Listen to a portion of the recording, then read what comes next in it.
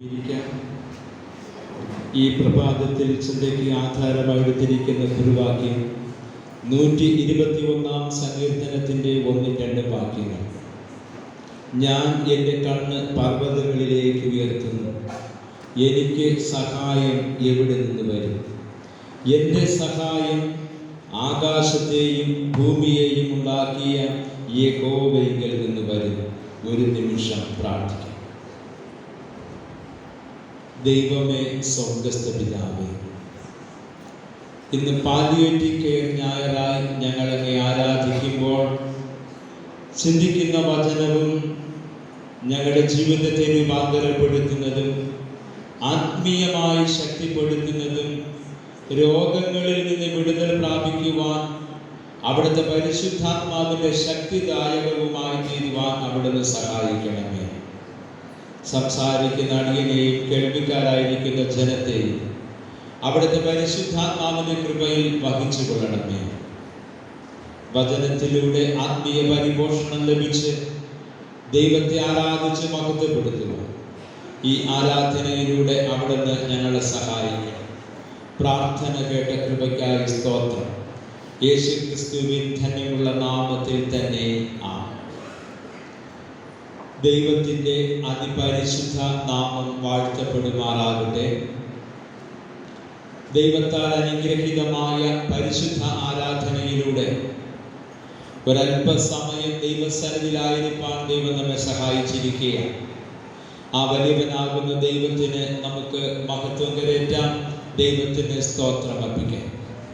പ്രത്യേകിച്ച് കഴിഞ്ഞ ഞായറാഴ്ച ഞാൻ നിങ്ങളെ അറിയിച്ചിരുന്നത് പോലെ ഇന്ന് പാലിയേറ്റീവ് കെയർ ഞായറായി ആചരിക്കപ്പെടുകയാണ്.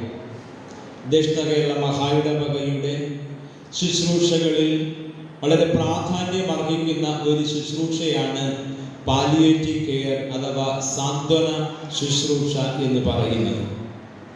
പലവിധമായിരിക്കുന്ന രോഗങ്ങൾക്ക് അടിമപ്പെട്ട് ആ രോഗങ്ങളിൽ നിന്ന് ഒരു വിടുതൽ ഇല്ലാതെ രോഗത്തിൻ്റെ കാഠിന്യമേറെ തീവ്രതകൾ അനുഭവിക്കുന്ന രോഗികളെ സാന്ത്വനിപ്പിക്കുവാനും ആശ്വസിപ്പിക്കുവാനും അവർക്ക് വേണ്ട പരിചരണങ്ങളും ചികിത്സകളും മരുന്നുകളും നൽകുന്നതായ ശുശ്രൂഷയാണ് പാലിയേറ്റീവ് കെയർ എന്ന് പറയുന്നത്.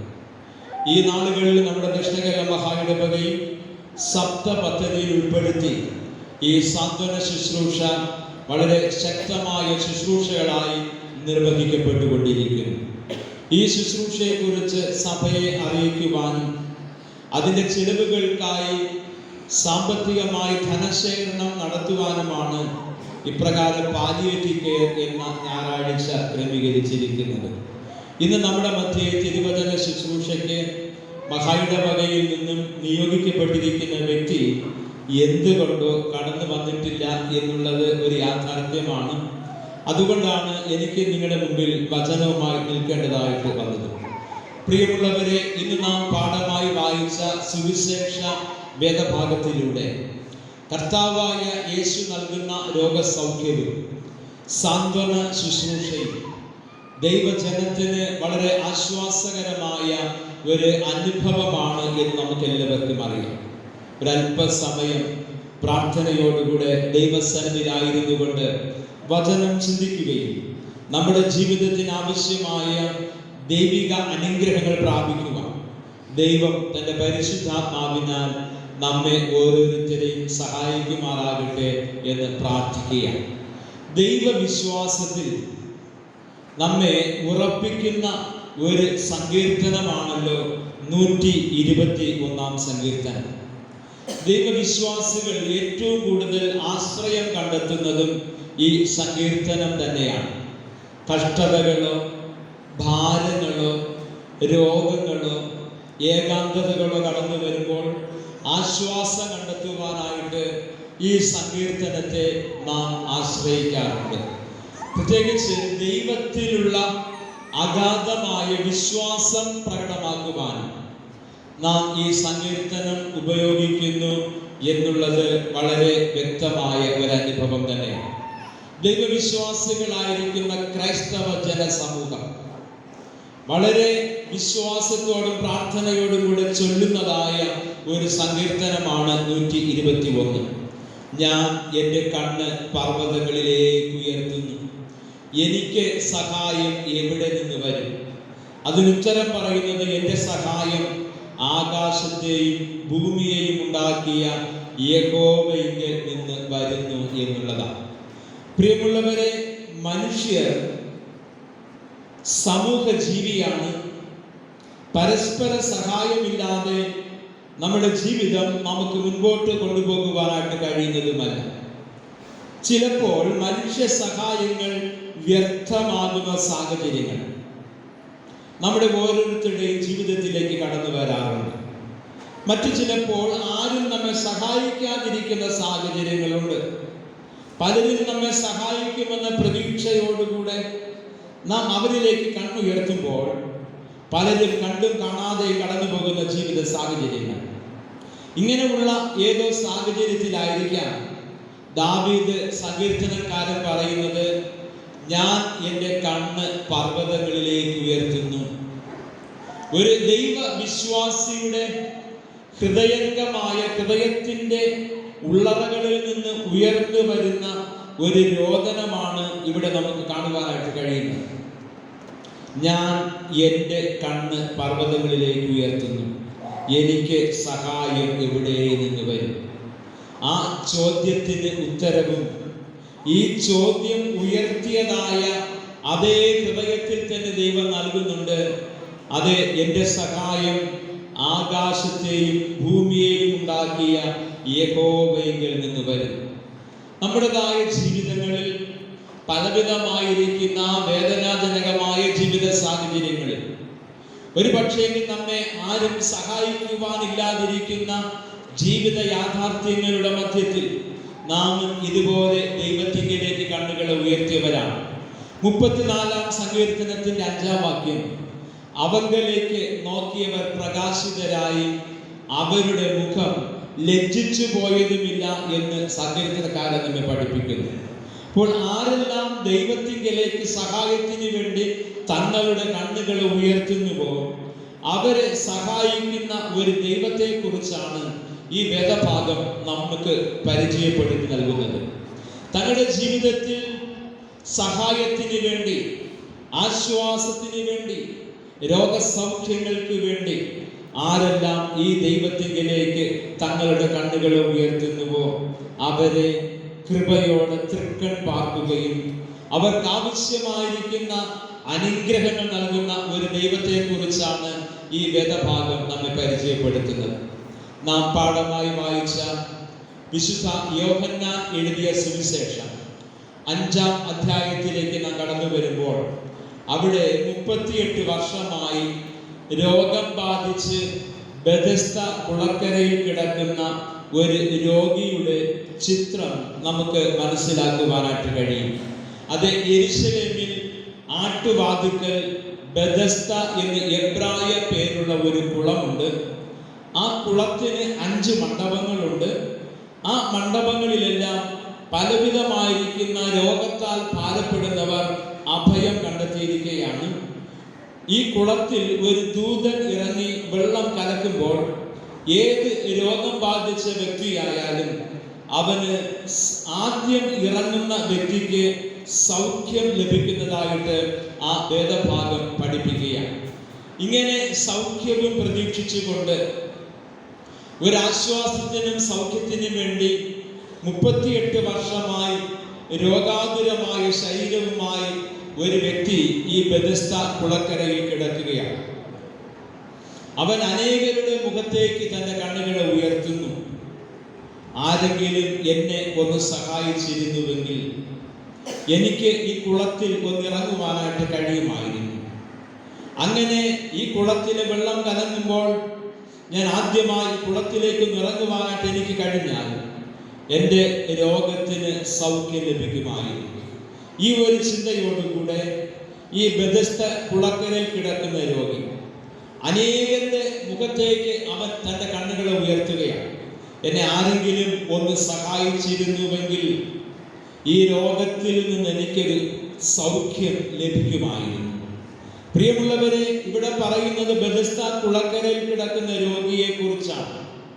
എന്നാൽ സാന്ത്വന ശുശ്രൂഷ നിർവഹിക്കപ്പെടുന്ന ഈ ആധുനിക കാലഘട്ടത്തിൽ ഒന്നുകിൽ നമ്മുടെ ഭവനത്തിൽ, അല്ലെങ്കിൽ നമ്മുടെ ബന്ധുക്കളിൽ, അല്ലെങ്കിൽ നമ്മുടെ സമൂഹത്തിലൊക്കെ ഇതുപോലെ ആരെങ്കിലും എന്നെ ഒന്ന് സഹായിക്കുവാനുണ്ടായിരുന്നുവെങ്കിൽ എന്ന ചോദ്യവുമായി ദീനരോധനത്തോടെ സഹായത്തിന് വേണ്ടി കണ്ണുകൾ ഉയർത്തുന്ന അനേകരെ നമുക്ക് കണ്ടെത്തുവാനായിട്ട് കഴിയും. ഇത് ബെഥസ്ദ കുളക്കരയിലെ രോഗി 38 വർഷവുമായി സൗഖ്യം പ്രതീക്ഷിച്ചുകൊണ്ട് ഈ കുളത്തിന്റെ കരയിൽ ഇങ്ങനെ കിടക്കുകയാണ്. ഓരോ ദിവസവും അനേകം പേരോട് സൗഖ്യത്തിന്, ഒരു ആശ്വാസത്തിന് വേണ്ടി, ഒരു സഹായത്തിന് വേണ്ടി അവൻ തൻ്റെ കണ്ണുകളെ ഉയർത്തിയിരിക്കാം. ഒരു ദിവസം ഏറ്റവും കുറഞ്ഞത് ഒരു 10 പേരോടാണ് അവൻ സഹായം അഭ്യർത്ഥിച്ചതെങ്കിൽ 38 വർഷമാകുമ്പോൾ എത്രയോ ആയിരക്കണക്കിന് ആൾക്കാരോട് അവൻ സഹായം അഭ്യർത്ഥിച്ചു. പക്ഷേ ആരും അവനെ സഹായിച്ചില്ല. ഇപ്പോൾ അവൻ ആരുടെയും മുഖത്തേക്ക് പ്രതീക്ഷയോടെ നോക്കാറില്ല. കാരണം ഇനി മരണം മാത്രമാണ് അവന്റെ മുൻപിൽ അവശേഷിക്കുന്നത്. ഈ രോഗത്തിൽ നിന്ന് എനിക്കൊരു വിടുതലുണ്ട് എന്ന് ഉള്ള ആ പ്രതീക്ഷയെല്ലാം നഷ്ടപ്പെട്ടിരിക്കുന്ന അനുഭവം. അങ്ങനെ അവൻ ആ കുളക്കരയിൽ മരണവും കാത്തുകൊണ്ട് കിടക്കുമ്പോഴാണ് യേശു അവിടേക്ക് കടന്നു വരുന്നത്. ഇന്ന് അനേകരുടെ നേർചിത്രമാണ് ഈ ബെഥസ്ദ കുളക്കരയിലെ രോഗിയുടെ മുഖത്ത് നമുക്ക് ദർശിക്കുവാനായിട്ട് കഴിയുന്നത്. പ്രിയമുള്ളവരെ, സാന്ത്വന ശുശ്രൂഷ എന്ന് പറയുമ്പോൾ, അഥവാ പാലിയേറ്റീവ് കെയർ എന്ന് പറയുമ്പോൾ, വേദനിക്കുന്നവരോട് താതാത്മ്യപ്പെടുവാനും അവർക്ക് എന്തെങ്കിലും ഒരു ആശ്വാസം പകരുവാനും നമുക്ക് കഴിഞ്ഞാൽ അത് തന്നെയാണ് സഭയുടെ ശുശ്രൂഷ, ഒരു ക്രൈസ്തവ വിശ്വാസിയുടെ ശുശ്രൂഷ എന്ന് പറയുന്നത്. ഇത് നാം പറയുമ്പോൾ നമ്മുടെ ഭവനങ്ങളിലും രോഗാതുരമായ ശരീരവുമായി, വാർദ്ധക്യ സഹജമായ ക്ഷീണാവസ്ഥകളിലൂടെ, കണ്ണുനീരിന്റെ അനുഭവങ്ങളിലൂടെ, ഒരുപക്ഷെങ്കിൽ നമ്മുടെ മുഖത്തേക്ക് നോക്കുന്ന നമ്മുടെ മാതാപിതാക്കൾ, നമ്മുടെ സഹോദരങ്ങൾ, നമ്മുടെ ബന്ധുക്കൾ, ഇങ്ങനെയുള്ള അനേകരുടെ ചിത്രം നമ്മുടെ മനസ്സുകളിൽ ഇപ്പോൾ തെളിയുന്നുണ്ടായിരിക്കും. ഇങ്ങനെയുള്ള ഒരു വ്യക്തിത്വമാണ് ഈ ബെഥസ്ദ കുളക്കരയിൽ കിടക്കുന്നത്. യേശു അവിടേക്ക് കടന്നു വന്നപ്പോൾ അവൻ യേശുവിന്റെ മുഖത്തേക്ക് നോക്കുന്നതായിട്ട് ഈ വേദഭാഗം നമ്മെ പഠിപ്പിക്കുന്നില്ല. എന്നാൽ യേശു അവനെ നോക്കിയതായിട്ട് വേദഭാഗം പഠിപ്പിക്കുകയാണ്. യേശു അവനോട് ചോദിക്കുന്ന ഒരു ചോദ്യം, നിനക്ക് സൗഖ്യമാകുവാൻ മനസ്സുണ്ടോ എന്നുള്ളതാണ്. ഇവിടെ അവന്റെ പ്രത്യുത്തരം നാം വളരെയധികം ശ്രദ്ധിക്കണം.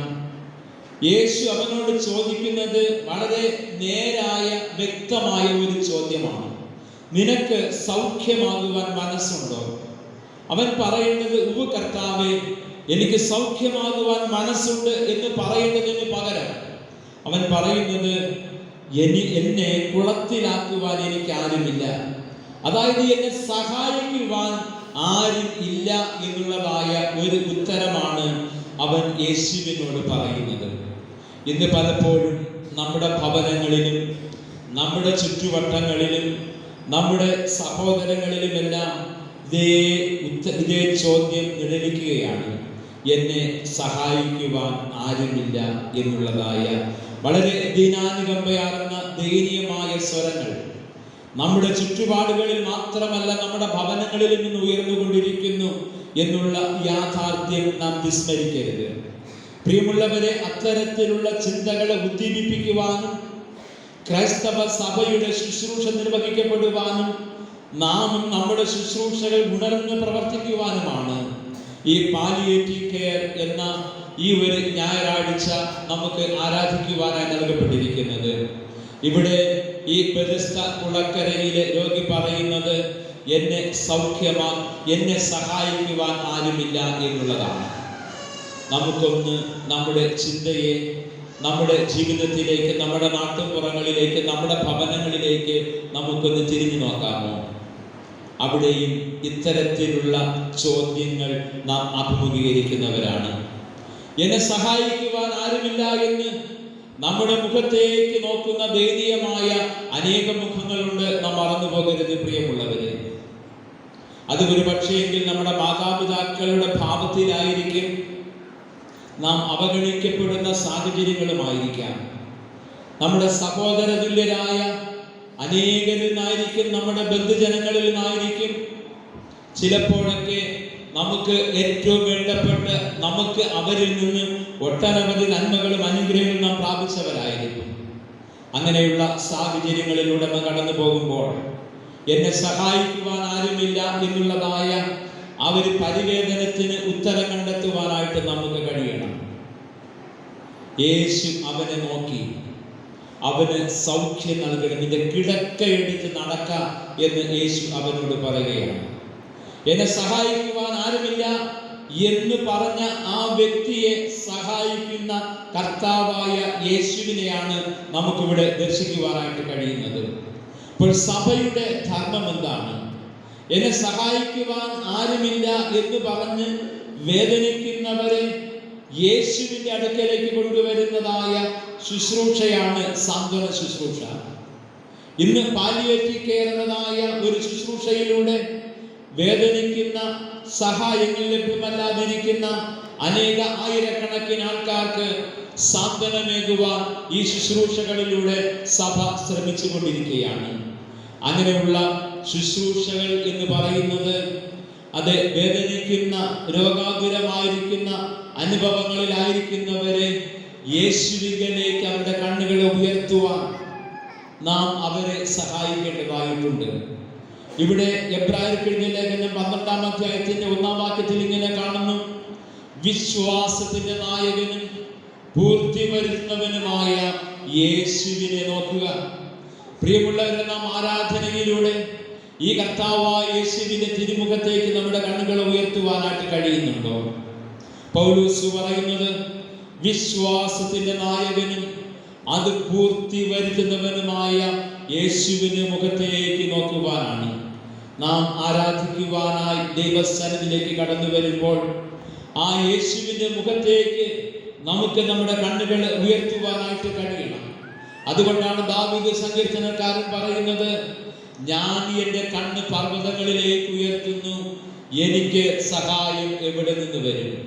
അത് വിശ്വാസത്തിന്റെ നായകനും പൂർത്തി വരുത്തുന്നവനുമായ യേശുവിലേക്ക് കണ്ണുകളെ ഉയർത്തുവാനും വേദനിക്കുന്നവരെ യേശുവിലേക്ക് അവരുടെ കണ്ണുകളെ ഉയർത്തിക്കുവാനും നമുക്ക് കഴിയുന്നുവെങ്കിൽ തീർച്ചയായും നമ്മുടെ ആരാധനകൾ വളരെ ഫലകരമായ അനുഭവങ്ങൾ തന്നെയായിരിക്കും.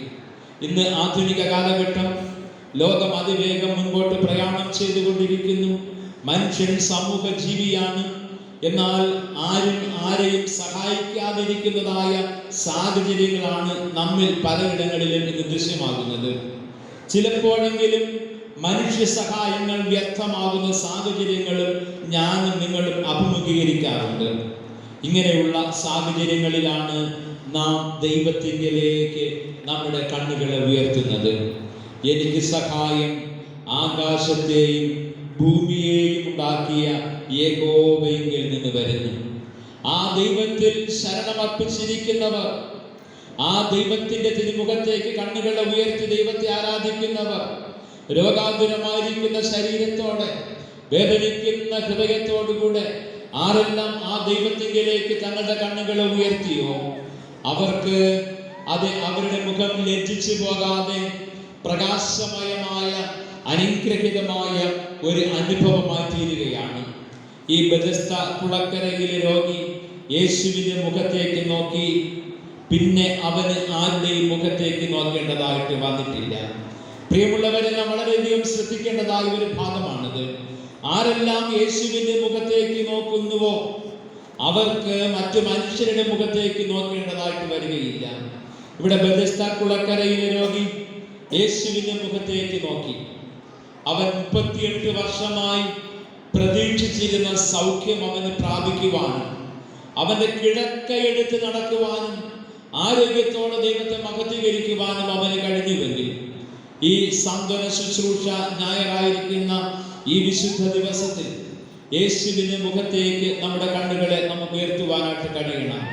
അവിടെയാണ് പൗലോസ് പറയുന്നത്, അവിടെയാണ് സങ്കീർത്തനക്കാരൻ പറയുന്നത്, അവനിലേക്ക് നോക്കിയവർ പ്രകാശിതരായി.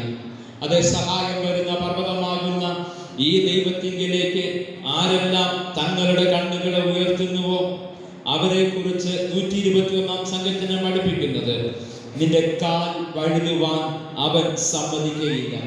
അതേ പ്രിയമുള്ളവരെ, ഇന്ന് ബലഹീനമാക്കുന്ന ജീവിത സാഹചര്യങ്ങളിൽ കാലിടറിപ്പോകുന്ന ജീവിതാനുഭവങ്ങളിലൂടെ ജീവിതയാത്ര മുമ്പോട്ട് നയിക്കുന്നവർ, അതേ സഹായം വരുന്ന ഈ പർവ്വതമാകുന്ന ദൈവത്തിങ്കിലേക്ക് നിങ്ങളുടെ കണ്ണുകളെ ഉയർത്തുന്നുവെങ്കിൽ നിന്റെ കാൽ വഴുതുവാൻ അവൻ സമ്മതിക്കുകയില്ല, നിന്നെ കാക്കുന്നവൻ മയങ്ങുകയില്ല. അതെ, ആ ഇസ്രായേലിന്റെ പരിപാലകൻ നിന്റെ വലത്ത് ഭാഗത്ത് നിനക്ക് തണലായിരിക്കുമെന്നാണ് വചനത്തിലൂടെ നമ്മെ പഠിപ്പിക്കുന്നത്. ആരും ആശ്രയമില്ലാതെ ജീവിതയാത്രയിൽ ക്ഷീണിച്ചിരിക്കുന്ന ഹൃദയങ്ങൾ ഒരിറ്റ് തണലിന് വേണ്ടി, ഒരിറ്റ് തണുപ്പിന് വേണ്ടി, ഒരിറ്റ് ആശ്വാസത്തിന് വേണ്ടി അത് ഈ സർവശക്തനായ ദൈവത്തിങ്കിലേക്ക് നിങ്ങളുടെ കണ്ണുകളെ ഉയർത്തുന്നുവെങ്കിൽ അത് ഈ ലോക ജീവിതയാത്രയിൽ നിങ്ങൾ തളർന്നു പോകില്ല. ഈ സർവശക്തനായ ദൈവം നിങ്ങൾക്ക് തണലായിരിക്കും. മാത്രമല്ല, ദൈവത്തിന്റെ വചനം പഠിപ്പിക്കുന്നു, പകൽ സൂര്യനെങ്കിലും രാത്രി ചന്ദ്രനെങ്കിലും നിന്നെ ബാധിക്കുകയില്ല. യഹോവ ഒരു ദോഷവും തട്ടാതെ വണ്ണം നിന്നെ പരിപാലിക്കുമെന്നാണ് ദൈവത്തിന്റെ വചനം പഠിപ്പിക്കുന്നത്. പ്രിയമുള്ളവരെ, ഇതിനപ്പുറം ഒരു സാന്ത്വനം നമുക്ക് എവിടെ നിന്ന് ലഭിക്കും? ഇതിനപ്പുറം നമുക്ക് എവിടെ നിന്നാണ് ഒരു അനുഗ്രഹം ലഭ്യമാകുന്നത്?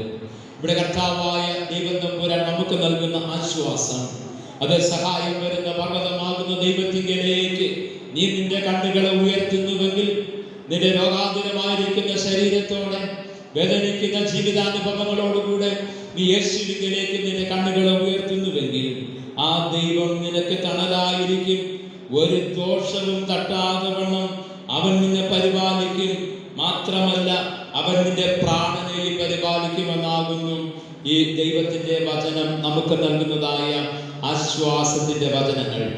ഭൂമിയുടെ ഉൽപ്പത്തി മുതൽ ഇന്ന് വരെ സഹായം വന്നുകൊണ്ടിരിക്കുന്ന പർവ്വതമായിരിക്കുന്ന ആ കർത്താവായ യേശുവിലേക്ക് നമ്മുടെ കണ്ണുകളെ നമുക്ക് ഉയർത്താമോ? പ്രിയമുള്ളവരെ, നമ്മുടെ ജീവിതത്തെ സംരക്ഷിക്കുന്നവൻ, നമുക്ക് തണലായിരിക്കുന്നവൻ, നമ്മെ പരിപാലിക്കുന്ന ദൈവം ഒരു ദോഷവും നമുക്ക് വരുത്തുകയില്ല എന്ന് വചനത്തിലൂടെ നമുക്ക് ആശ്വാസം നൽകുന്ന ഈ സർവശക്തനായ ദൈവം, ആ ദൈവത്തിങ്കിലേക്ക് നമ്മുടെ കണ്ണുകളെ ഉയർത്തുവാനായിട്ട് നമുക്ക് കഴിഞ്ഞാൽ തീർച്ചയായും ഈ സാന്ത്വന ഞായർ നമ്മുടെ ഹൃദയത്തിന് ആശ്വാസം പകരുന്നതും രോഗങ്ങളിലും വേദനകളിലും നിരാശകളിലും ആയിരിക്കുന്നവർക്ക് ആശ്വാസം പകരുന്നതായ ഒരു അനുഭവമായിരിക്കും.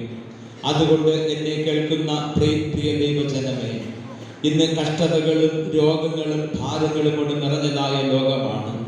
ആശ്വാസത്തിന്റെ വചനങ്ങൾ കേൾക്കുവാൻ നാം ആഗ്രഹിക്കുന്നുവെങ്കിലും കുറ്റപ്പെടുത്തലുകളുടെയും വിമർശനങ്ങളുടെയും ഏകാന്തതകളുടെയും ഒറ്റപ്പെടലുകളുടെയും ജീവിത സാഹചര്യങ്ങളെ അഭിമുഖീകരിക്കുന്നവരാണ് ഞാനും നിങ്ങളും. ഈ ഒരു ജീവിത സാഹചര്യത്തിൽ സഹായം വരുന്ന പർവ്വതമാകുന്ന ദൈവത്തിങ്കലേക്ക് നമ്മുടെ കണ്ണുകളെ ഉയർത്താമോ? ഈ നാളുകളിൽ നാം സഹായത്തിന് വേണ്ടി മറ്റുള്ളവരിലേക്ക് കണ്ണുകളെ ഉയർത്തുന്നതിന് പകരം കർത്താവായ യേശുവിലേക്ക് നമ്മുടെ കണ്ണുകളെ ഉയർത്തുന്നുവെങ്കിൽ ആ സർവശക്തനായ ദൈവത്തിന്റെ മുഖത്തേക്ക് ആരെല്ലാം നോക്കിയോ അവരുടെ മുഖം ലജ്ജിച്ചു പോയില്ല, പ്രകാശമയമായ സന്തോഷകരമായ അനുഭവമായി തീർന്നു എന്നും അത് ബെഥസ്ദാ കുളക്കരയിൽ കിടന്ന രോഗി യേശുവിന്റെ മുഖത്തേക്ക് നോക്കി സൗഖ്യം പ്രാപിച്ച് അവൻ അനുഗ്രഹിക്കപ്പെട്ടതായ ജീവിതം നയിച്ചതുപോലെ ഈ ലോക ജീവിതയാത്രയിൽ ദൈവം നമുക്ക് നൽകിയിരിക്കുന്ന ആയുസ്സിൻ നാൾ വരെയും ആ ദൈവമുഖത്തേക്ക് നോക്കി സഹായം വരുന്ന പർവ്വതമാകുന്ന ആ ദൈവത്തിൽ നിന്നും ആശ്വാസവും സഹായവും കണ്ടെത്തി ജീവിപ്പാൻ ദൈവം തന്റെ പരിശുദ്ധാത്മാവിനാൽ നമ്മെ ഓരോരുത്തരെയും വഴി നടത്തുമാറാകട്ടെ. അതോടൊപ്പം ഇന്ന് ആരാധന കഴിഞ്ഞ് ആശീർവാദത്തിന്റെ സമയം ഒരു